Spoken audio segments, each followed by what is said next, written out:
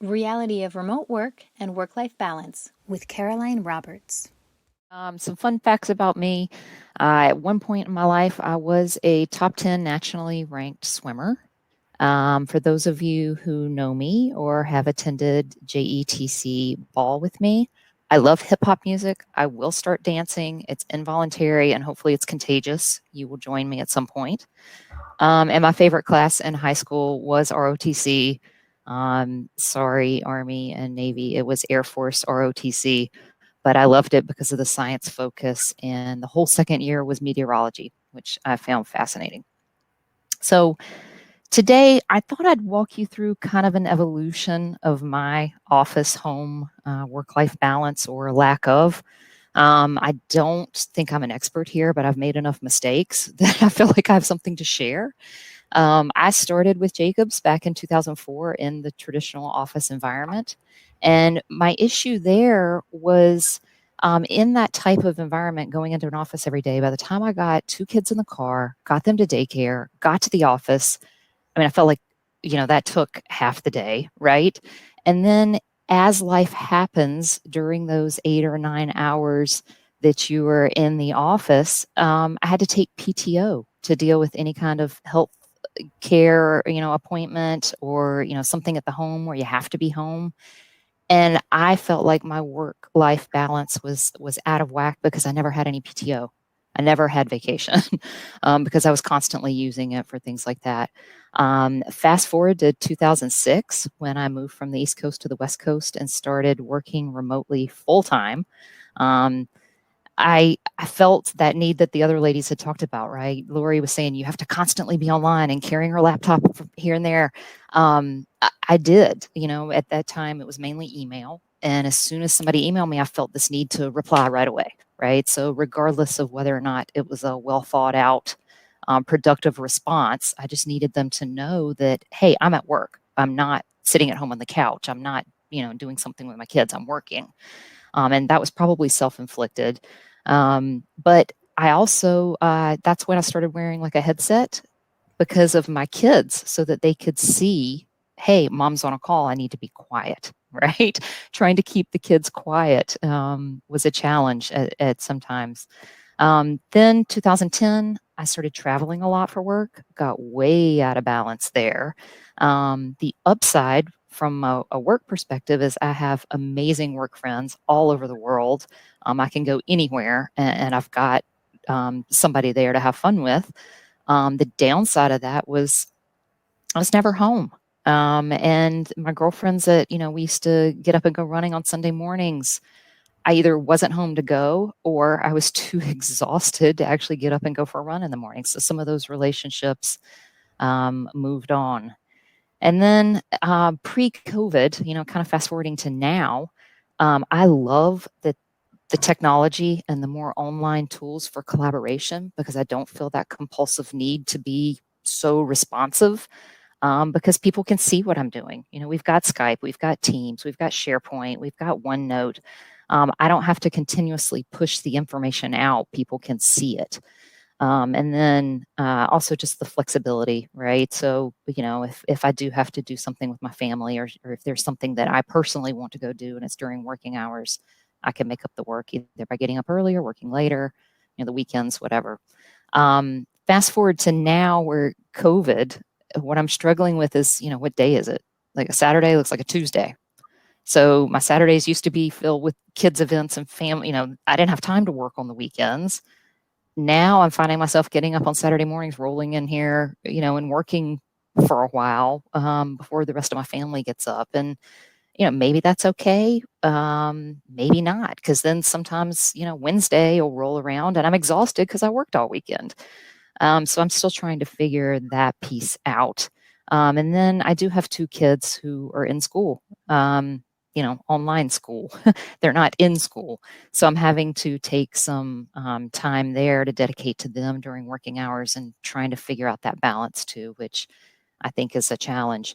Post COVID, though, I'm extremely hopeful because I think it's going to open the door for a lot of opportunity for folks to work from home. For those of you who are struggling working at home for the first time, I'm sorry, but I also love it because you get it now. There can be challenges, and they're easy to overcome. It's just people have never experienced it, so they don't know. Make sure that you've got a decent desk, that for instance, have dual monitors. People in the office take it for granted because they have it, and when you start working from home, your company may think about it, they may not. But I think now, post COVID, everybody's going to be thinking about those things, and I think that's a good thing. I wanted to leave you with a little tool that I use that I find very helpful for myself. So I'm going to focus on this first circle, which is my 2015, when I was traveling probably way too much. If you think of a circle, obviously well-rounded, right? And you have different spokes. So each spoke is something in my life that either I wanted to put my focus to or that took focus from, other things in my life. A perfectly well-balanced, your spoke would be touching the circle, right? So 2015, you can see I'm traveling too much. It's way outside of the circle, and it's coming at the expense of some other things in my life. I encourage you to get out a sheet of paper and do this. It takes about 30 seconds. The beauty here is not only just awareness, but also looking for synergies.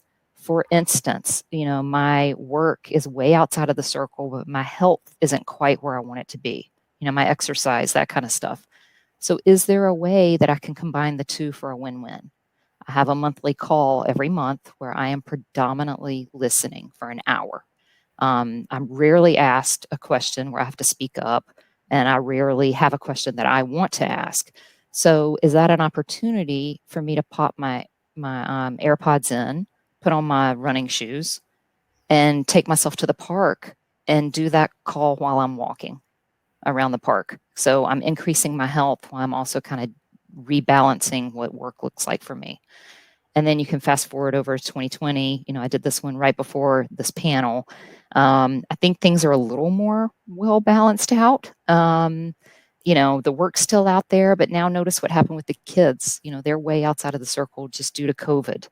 And my partner, my poor husband, just due to circumstances right now, both of us having to work, both of us having to school the kids, he's getting the short end of the stick. So when things go back to normal, we're looking for ways to work on that aspect of work-life balance as well. Okay, so lessons learned and helpful reminders that I found that hopefully you will too. Number one, boundaries are your friends.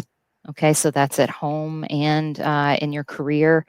So if you know that there's certain things that you don't want to give in on, say, you don't want a 6 a.m. meeting. I'm on the West Coast. There's folks on the East Coast. They will schedule you for a 6 a.m. meeting.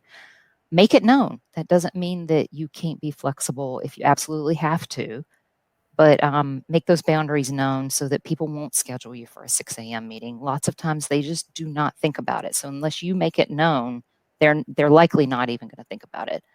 Have a work friend and a personal friend who are 100% truthful with you, that will call you out when you're being unbalanced, unreasonable, maybe too harsh, but they'll also tell you when you're nailing it and you're doing things great. I have that at home and at work, and I appreciate the feedback. Set an example for your family and your coworkers. So I got this one. I learned this through a conversation with Heather Wishart-Smith, who's our incoming national SAME president. And we were talking about when people are so unbalanced, that they rush, they're generally irritable, they're short with people.